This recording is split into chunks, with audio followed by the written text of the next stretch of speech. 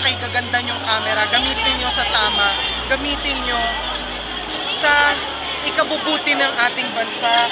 Tama na yung mga kalaswaan, mga kabastusan, at mga lalang, dapat yung meron meaning, di ba? So ikaw ba naniniwala doon na there will come a time when AI can do the job of journalists? Oh, yes.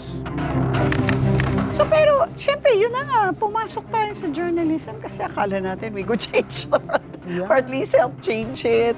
We could eliminate corruption. Natatawa ka ngayon. Kasi, ba't ka natatawa? Yun na nga, tatanong nga kita nawala na ba yun? And there was a point kasi that really, I think yung transition po became final and my decision to leave journalism was final. Was when my brother took his own life.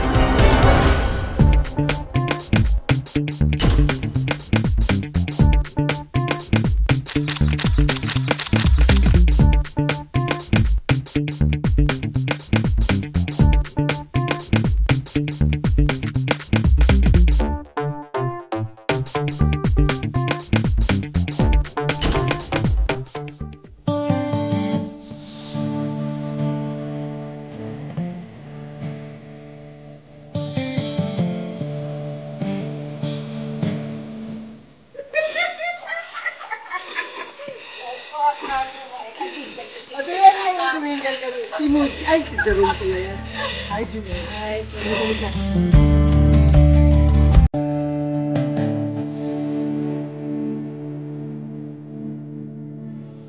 Okay, kasama ko ngayon si Chari Villa. Alam niyo si Chari Villa, kasabayan ko talaga to sa journalism. Kakasabay kami niyan. Yan, yung mga lumang pangalan. Lumang pangalan. The old names in journalism. At bago tayo magpatuloy, mag-subscribe naman kayo, paki-click ito, mag-like na rin, at kung may suggestion kayo ng kausapang Real with Luchi, put it down in the comment section and we'll do our level best to get it for you. At ako po, iba po ang tawag niya sa akin. Walang yan to. Ludi. Ay, alam niyo ba kung bakit Ludi? Ludi Cruz. Ludi Cruz Valdez. Yan ang pinasikat niya. At ang isa pang pangalan niya sa akin ay Lucifer. Lucifer! Yan na si Luch. Oy, pero hindi, Luch. I've always loved you. Yeah, right. Kasi nakakatawa kayo. I mean, you laugh at my jokes. Because you're funny. Funny po talaga siya. Tawag nga po sa kanya ng boss namin noon ay The Newsroom Clown. Okay lang. Huwag lang The Newsroom. Corrupt. June 15, 1991. After more than 4 centuries of laying dormant, Mount Pinatubo erupted with vicious ferocity. Generator, pack up! Huwag na kayo magpakahirap! Veteran journalist Chari Villa was a reporter for ABS-CBN News back then. She says she will never forget the awe-inspiring beauty and deadly power of the volcano. More than 800 people died, and millions more lost their homes and their livelihood. Napapatulala kang ganon. Tapos re-remind ako ni Doming, cameraman ko, Hoy, Chari, halika na. Oo nga. I decided to look away from that and talk to the people. Oh, FYI, si Chari talaga ang pinakahuling taong nag-evacuate. Bago pumutok ang mga Pinatubo. Alam mo kung bakit? Kasi hindi namin alam what we're dealing with. No one knew what Pinatubo was. No one even knew that Pinatubo was a volcano. Exactly. Akala nila bundok lang kaya to, hindi diba? naman kami ganun ka-brave. Hindi lang namin alam what we're dealing with. Diba? Kasama ako ni Albert Garcia. In fact, ako yung lead car famous photo. Yes. Ako yung lead. Si Albert nandun sa pangatlong sasakyan. Kaya nakapagpalit siya lente, na-shoot niya yun.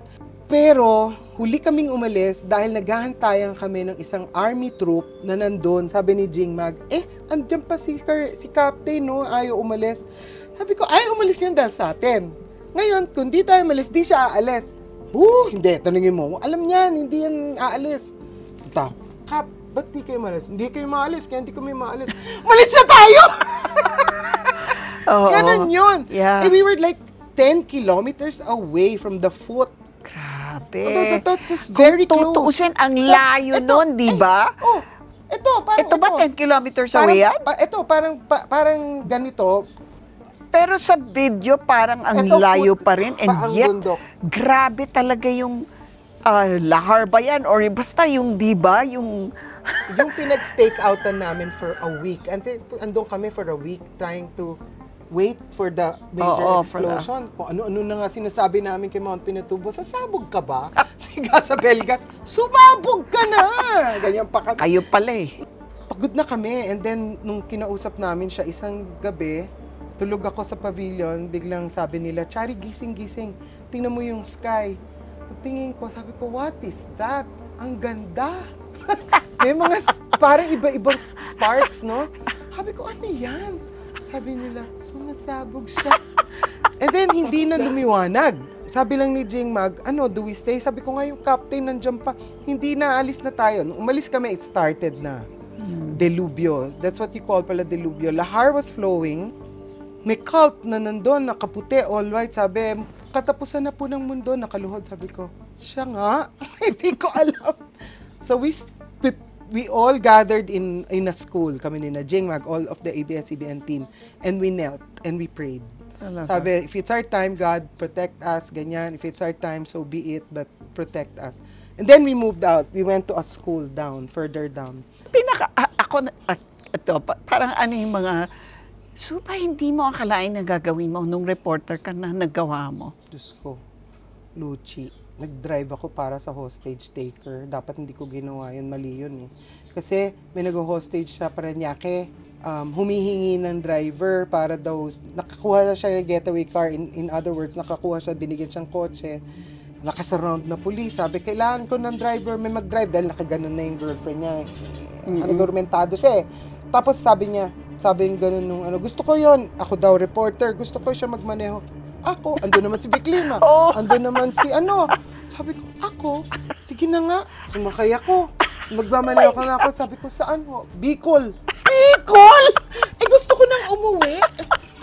Sabi ko, Bicol? Tapos si General Manuel Rojas, Manok Rojas, dumatawid. Sabi, huwag mong gagawin yan. Tapos si Jean Orejana lumapit ando si Jean eh. Sabi niya, Chari, baba ka, lumapit. Pare, sandali lang ha. Alam mo, binuksan ko yung gumulong ako palabas, narinig ko na, Oh my gosh. Tapos, talaga? sabi ko, hindi naman nagputukan.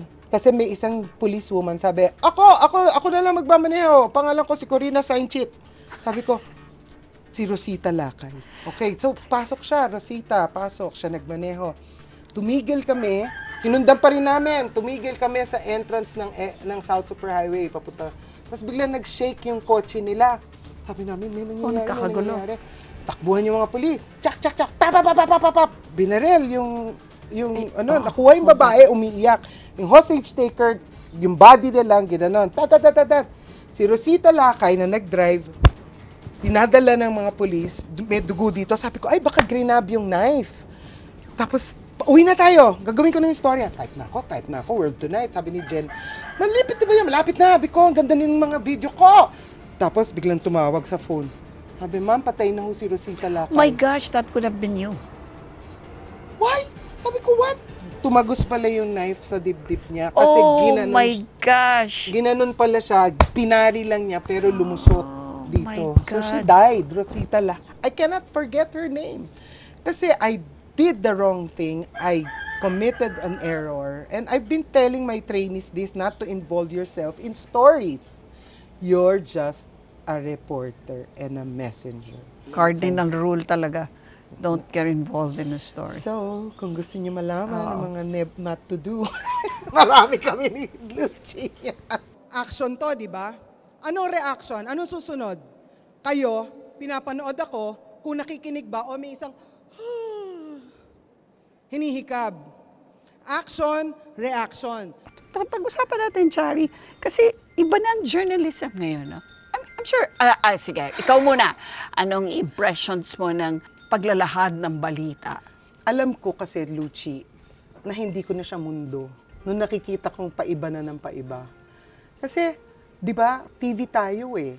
Tapos it turned digital. And ang laki ng challenges sa digital, lalo na nung in-appoint ako doon to run the digital news site of ABS. Nakita ko na parang, oh my God, this is gonna eat up the medium that I know, television. And then, it will create a new animal. Ito na nga. So, alam ko naman when my time was up, I knew it, na parang, it's time to let go and look for other things to do. Why did you have to let go? You could have adjusted to the new medium, to the new platform. Yes, but then I chose not to. Because to me, parang I could be more effective elsewhere. Kasi there was a lot of battles when it was transitioning from the old medium to what it is now. Dati, advertising would queue to get their spots from us. But sabi ko, I gave it when I was head of .com of news. Sabi ko, siguro 5 years na lang, mawawala na rin ang broadcast. Because, yun na nga, it became very niche, became very, yung directed na, ang tawag doon, narrowcast na. So sabi ko, what is this new animal? I tried to understand digital, but then, to me, parang ang gulo. I knew it was gonna go to different directions, so I said, maybe pang bata na to. So I started to build my own training group with my friends na mga taga-advertising and taga-academe. And then we built this damn good advice. So we went around the companies trying to teach naman all the executives how to respond during crisis situations in their companies. And it was fine for 10 years. But then, ngayon may AI naman. So parang, all my nieces are saying, you don't need to write anymore, Aunt Shari. You just put in all the data there and AI will do it all for you. Sabi ko, is this for me again? So ikaw ba naniniwala doon na there will come a time when AI can do the job of journalists? Oh, yes. Talaga? Yes. Ang problema is that it's eating all the jobs that we know. Pero yung mga hindi kakainin ng AI that I want sana our children to do are the basic skills. That's why I'm here. Like plumbing. Plumbing talaga? Plumbing, Basic electrical. Kasi ito, hindi ito mawawala. You know, manual, basic skills yan. So, dapat talagang isupport natin TESDA. If we really want to create skillful people.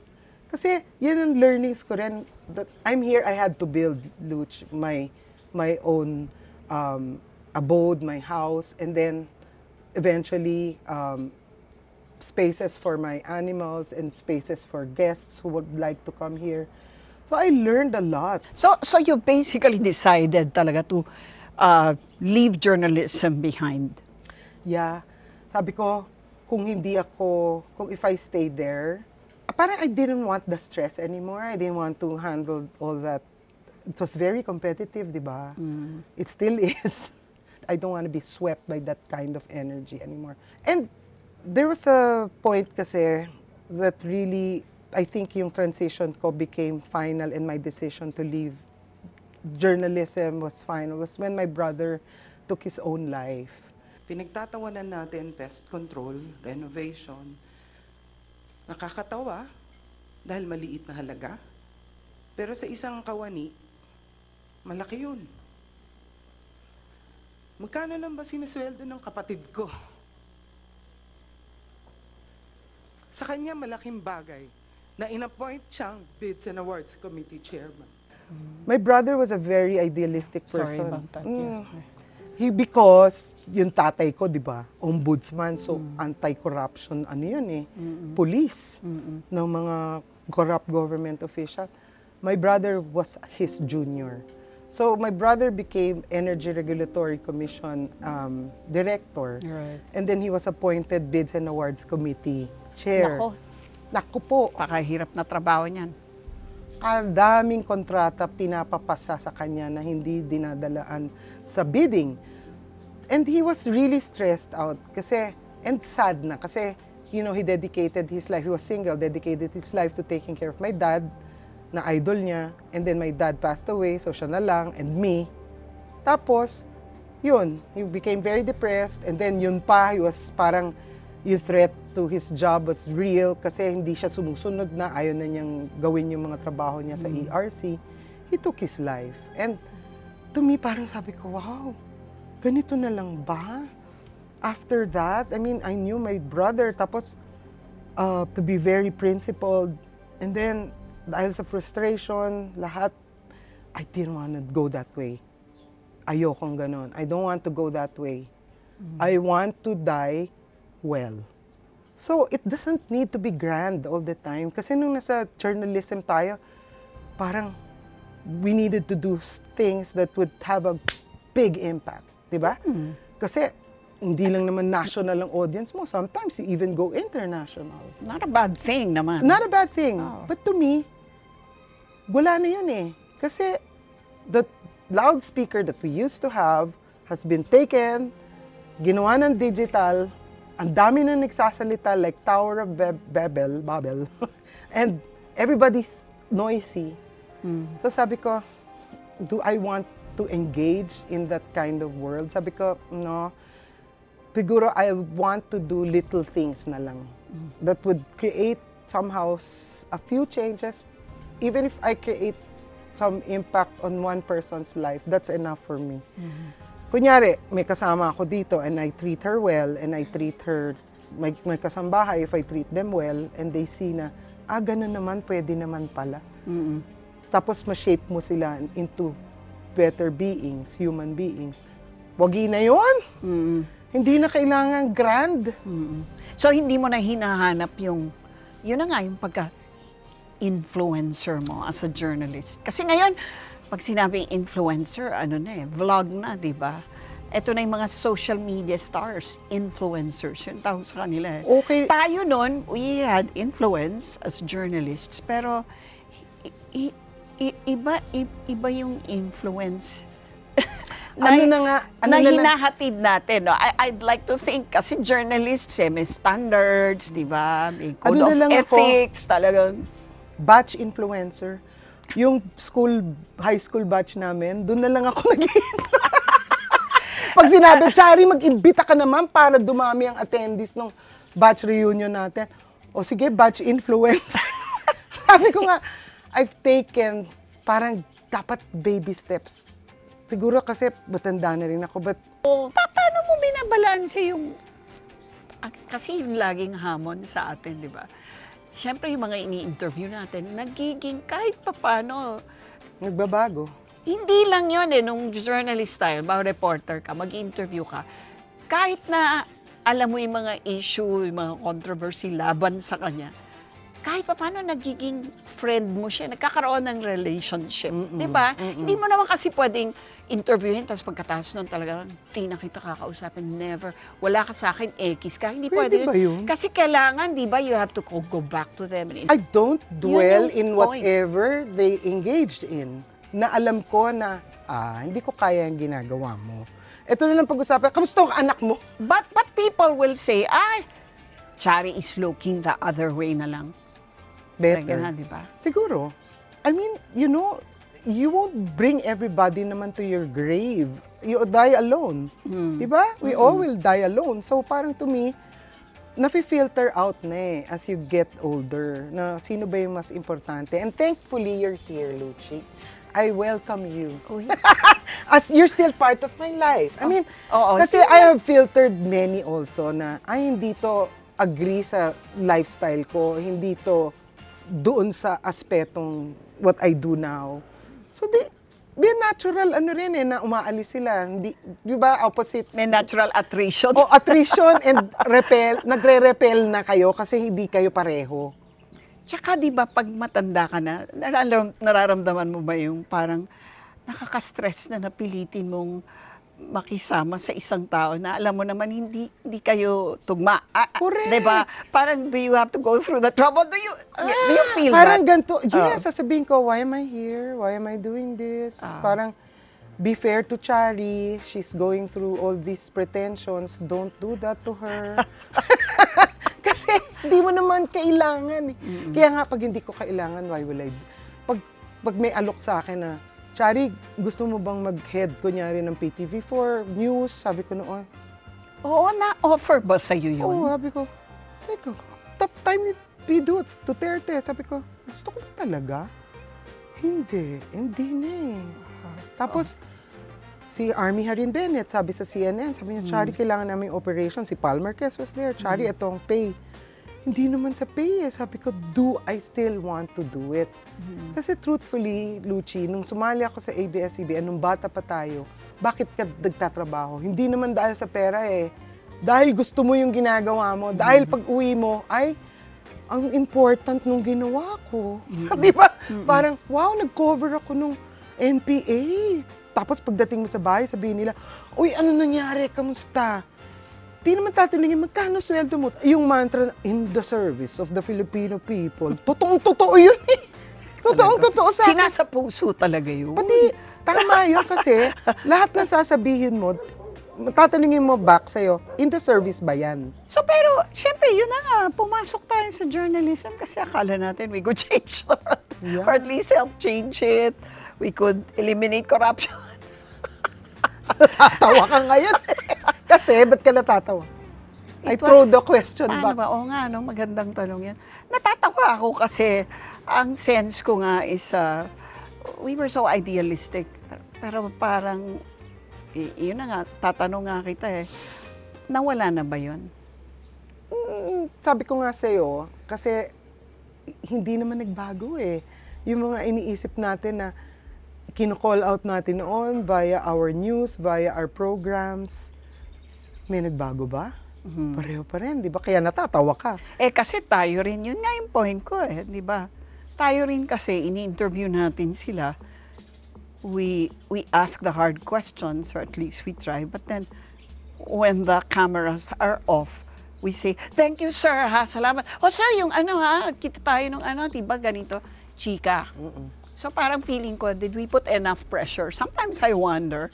Or we just also dismissed it all as parang for show. Parang, o yan ha, tinanong na namin yung tanong.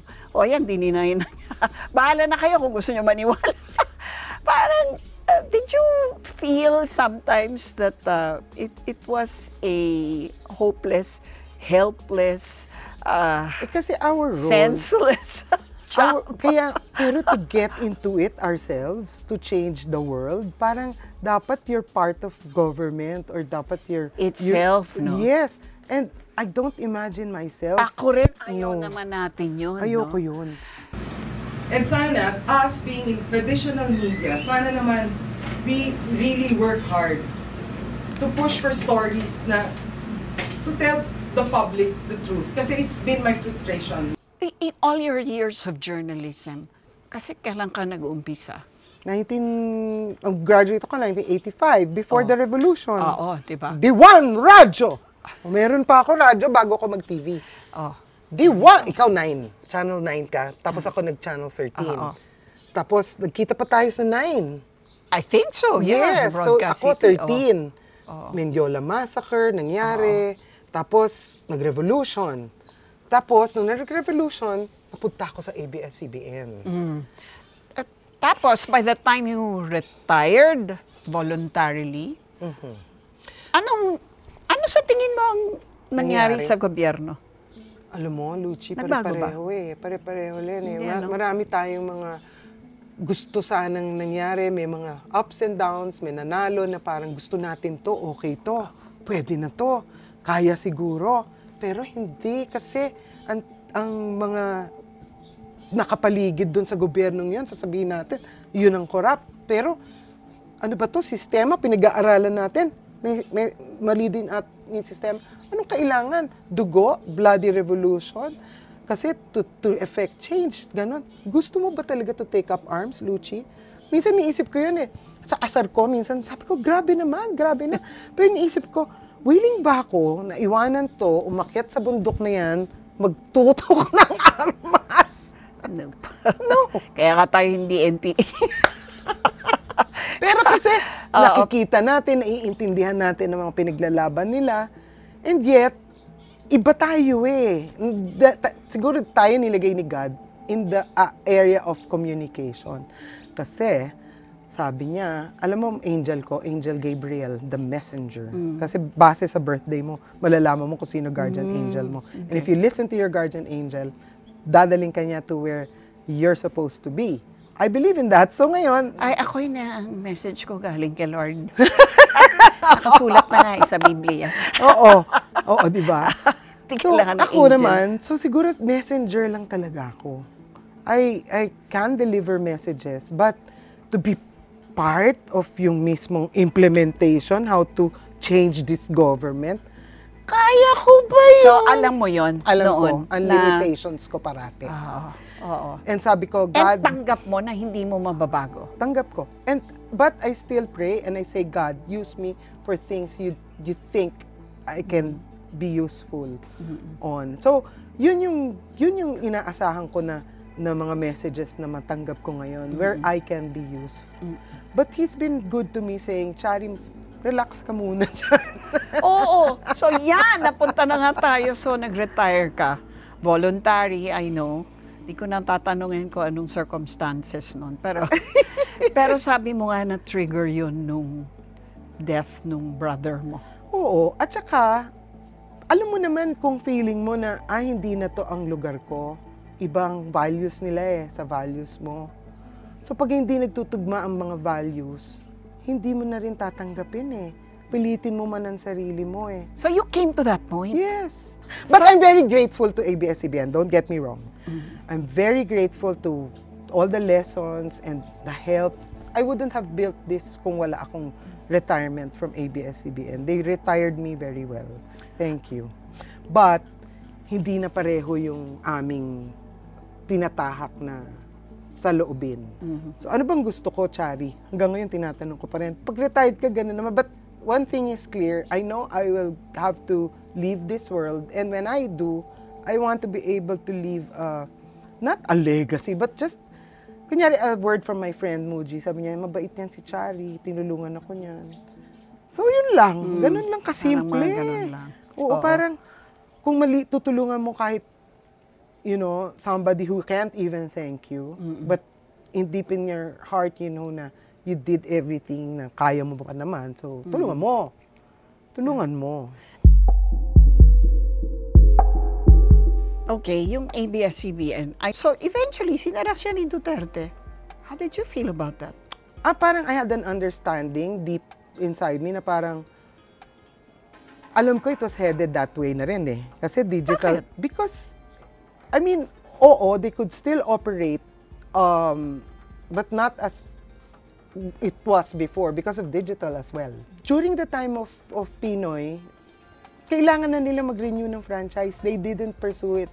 Kasi sabi ni Gabby, it's too costly and untenable. Kasi ito ang ilalabas natin. Yes. Tapos digital is eating us up. They were like earning 100 million a day.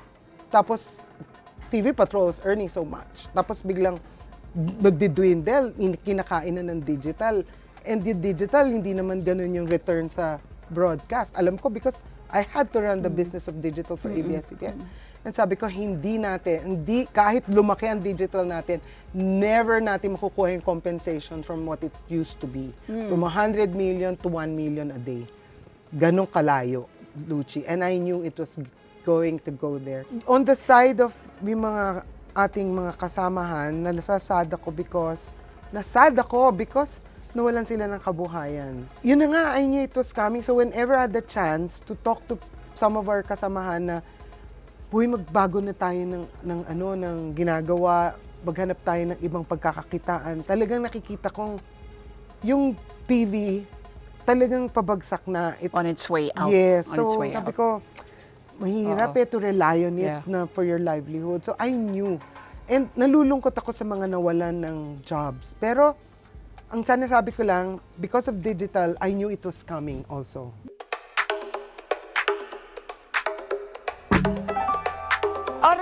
Retirement. Pag-usapan ng retirement. Pwede ko ba sabihin kung ilang taon ka na? Oo naman. 62 na siya. Born Ako, 1963. 64. Teka lang. So, 62, nag-retire. Ilang years ka nang retired? 2014 ako nag-retire, Luch. So 11 years ka nang retired. Ago? Teka, tell me. How's retirement life? Okay. Kasi ako kakabago pa lang eh. Kasi ang feeling mo, is it okay to retire? Do I have enough money? Do I have enough Oo. security there? Okay, may mga kaibigan ako na magagaling, no? Sabi nila, Chari, before you retire, make sure meron kang insurance. Pag magkasakit ka, meron kang pang-hospital. Meron ka nun? Meron akong kinuha. Pero sasabihin ko lang sa'yo na tinanggal ko na yan kasi nung nag-COVID, nagbagsakan lahat. Okay? So, ang tinatago ko ngayon, nagtatago ako ng health fund na pag na-hospital ako, meron akong pagdudukutan. So, sa'yo na lang. Sa akin na lang. Kasi ganun din naman eh. Oo, parang Kasi yung savings. insurance, bayad ka ng bayad. Oo. Pero in the end, pag claim mo, makagulat ka, hindi pwede to, hindi pwede yan. Yung mga fine print, Eh, malaki-laki siguro yung tinatabi mo. dati. Ngayon. Oo. Well, Luch, kasi nga, nung nagtatrabaho tayo, hindi ako pala gastos. Minsan nga, niloloko nila ako pag lahat, uy, labas naman tayo. Yan, ang tawag sa akin, boy, uwi. Uwi ako ng uwi. Oo. Tapos kasi, marunong din ako magtabi, pero alam ko yung tinatabi ko, not enough. Pero yung tinabi ko, nung nakakita ko ng mga taong na nagsabi sa akin, Chari, bumili ka ng lupa. Kasi hindi lalaki yung tinatabi mo talaga. So nagde-dare ako na parang, sige nga, magkano ba yan? Wala akong pera. Inuutang ko. Buti na lang may pautangan tayo sa So, Meralco. nagganon ka? Oo, Marami. savings and loan. So, marami akong inutang sa Meralco. Hindi ako nauubos. Habang nagtatrabaho ko, umuutang ako. Pag natapos ako doon, uutang ako ulit. Oo. Nakabili ako ng mga apartment na condominium na pinaparentahan ko ngayon. Yun yung so, may OPEX passive ko. income ka. Kuryente, thankfully, nag-invest din ako sa solar na ngayon, kahit ganito kalaki itong lugar na to, ang binabayaran ko lang ay 1,000 a month dahil tinatap din namin yung power na bigay sa atin. So, yun yung mga gusto kong investment. Hindi mo makikitaan ako ng magagarang sasakyan, hindi. Kasi ang sasakyan, pag binili mo yan, bagsak agad ang presyo.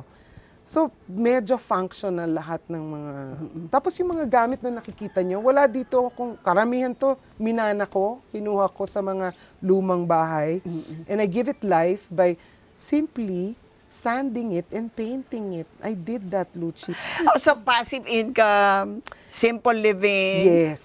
reusing, Recycling. recycling. Ano pang mga tips mo And- para sa mga nag-retire? Alam mo, kung hindi ka kakain masyado sa restaurants, mas healthy ka pa kung mamamalengke ka. Tapos, kasi minsan sobra yung asin and sobra yung portions na binibigay sa'yo. Pag ganun. So, parang dapat talaga mas healthy tayo if we go back to how it was before. How do you deal with being alone? I love it! Talaga? Oh my God! I love being with myself, Luch. Why? Kasi I talk to myself eh. Kausapin mo sarili mo talaga. O kaya, kunyari mga dogs ko, gusto kong dali ng beach ngayon dahil mainit, di ba? So, meron dyan, no, sa Laia, pwede ko i-drive lang yung mga dogs ko. Saan Talaga? pa? Oo, punta tayong dagat. So, you and your dogs, ha? Yeah, Talaga? yeah. And so, hindi mo But na... I have friends. I have very good friends. And my neighbor, Bangge, she's very also independent and creative. So, minsan, nagko-crochet yan dyan, hindi mo pwedeng disturbohin. May kanya-kanya kami na creative spaces. Talaga? Tapos, we That's get cute. together, yung mga pamimigay ng bigas. Siya yan, sasabihin niya sa akin, Lika, meron ako nahanap, House of Somang, Korean nuns ang nagpapatakbo sa Talaga? Better Living. Oo. Ngayon, may party kami sa Wednesday, kami ni na Muji. Di ba, Muj? May pabingo kami sa mga lola. So, anong advice mo sa mga Retired? natatakot mag-retire, pero Why, dapat nang mag-retire? Hindi yun kung magkano na meron ka eh. It's being content with what you have and being able to do what you want to do freely. Kasi baka magsisi ka dahil mamaya kayod ka ng kayod tapos nung pala hanggang doon na lang yung life mo. Tigok ka. Hindi mo pa nagagawa lahat na gusto mong gawin sa buhay. Samantalang, pag sinabi mong, tama na, okay na tong pera ko dito, pwede na siguro. Hindi ko naman akalain, Luchi, makabuild ako nito eh. Hindi talaga eh. Actually, nakakamangha nga tong binild mo dito, Chari. Parang, Ang tawag sasabihin ng iba na nanonood nito, I'm sure. yayamanin. Exactly. Parang dali mo magsalita. Meron kang 2 hectare farm dyan. Hindi mo naman makukuha mga bagay nang hindi ayon para sa'yo. Who would have thought na makakabili kami at that price that I told you at the right time na may pera pa ako? Di ba? Nakaka-retire ko rin lang. Parang things happen for a reason. So, andito ako for a reason. Hindi ko naman sinasabing, akin to. Malay mo, dinala ko dito because God wants me to do something. Dinala ko dito siguro for my own sake. Actually, no. For my own sake. Siguro to keep me healthy. And to keep me moving. And to bring me closer to Him. Yun ba nangyari? How Kasi, did you come to know him here? well, maraming nangyari sa atin, Luchi. Sa akin lalo na, no? Yung mga changes, di ba? Dati I was in an 18-year relationship that wasn't really good for me. 1. 2, I got separated from work. 2, syempre may mga ano ka rin dyan na parang, ano ba itong ginagawa ko? 3, I lost my brother. Yeah. 4th, I had to take care of yung kasambahay namin for 14 years na ayaw na umuwi sa Bicol. Sabi niya, bahay ko tong Merville. Rightly so. Sabi ko, I'll take care of you. Biro mo, I had to call her sister para may katulong ako. But I really took care of her, Marlene, when she was suffering from, kaya I knew cancer. I knew how it rots you. Ganun. So, Hindi ka ba natatakot nun na mangyari sa'yo yun? I mean, kasi di ba we're at that age na... palagi ko, hindi, I will not die that way eh. How do you know that? Not cancer siguro, baka iba, baka heart ko might fail. My mother. So, sabi ko nga, I'm just passing through. Whoever will take care of this land if I leave it, sana ganun din ang pakay. And to me, retirement is not the end of life. It's like, a phase in your life wherein you can already choose what you want to do. And still be useful. Yun ang retirement to me. And I don't want to die sad. I want, when I die, people will rejoice. Rejoice na, she led a good life. At last, she's Tapos gone. na. Oh my gosh, ang ganda pala. Correct. Oo, malalandslide ako. Ganda sa'yo pa rin. Pagano. As far as your eyes can see. No. Kitchen. Kasi, Ang layo naman ang kusina mo sa hindi bedroom dito mo. nga. Kasi nga, Para ano, hindi ka outdoor person tumaba. ako. At saka pag may nagkakainan, at least hiwalay sa akin. Kain na tayo! Kumain na, pinapagilan niyo muna yan.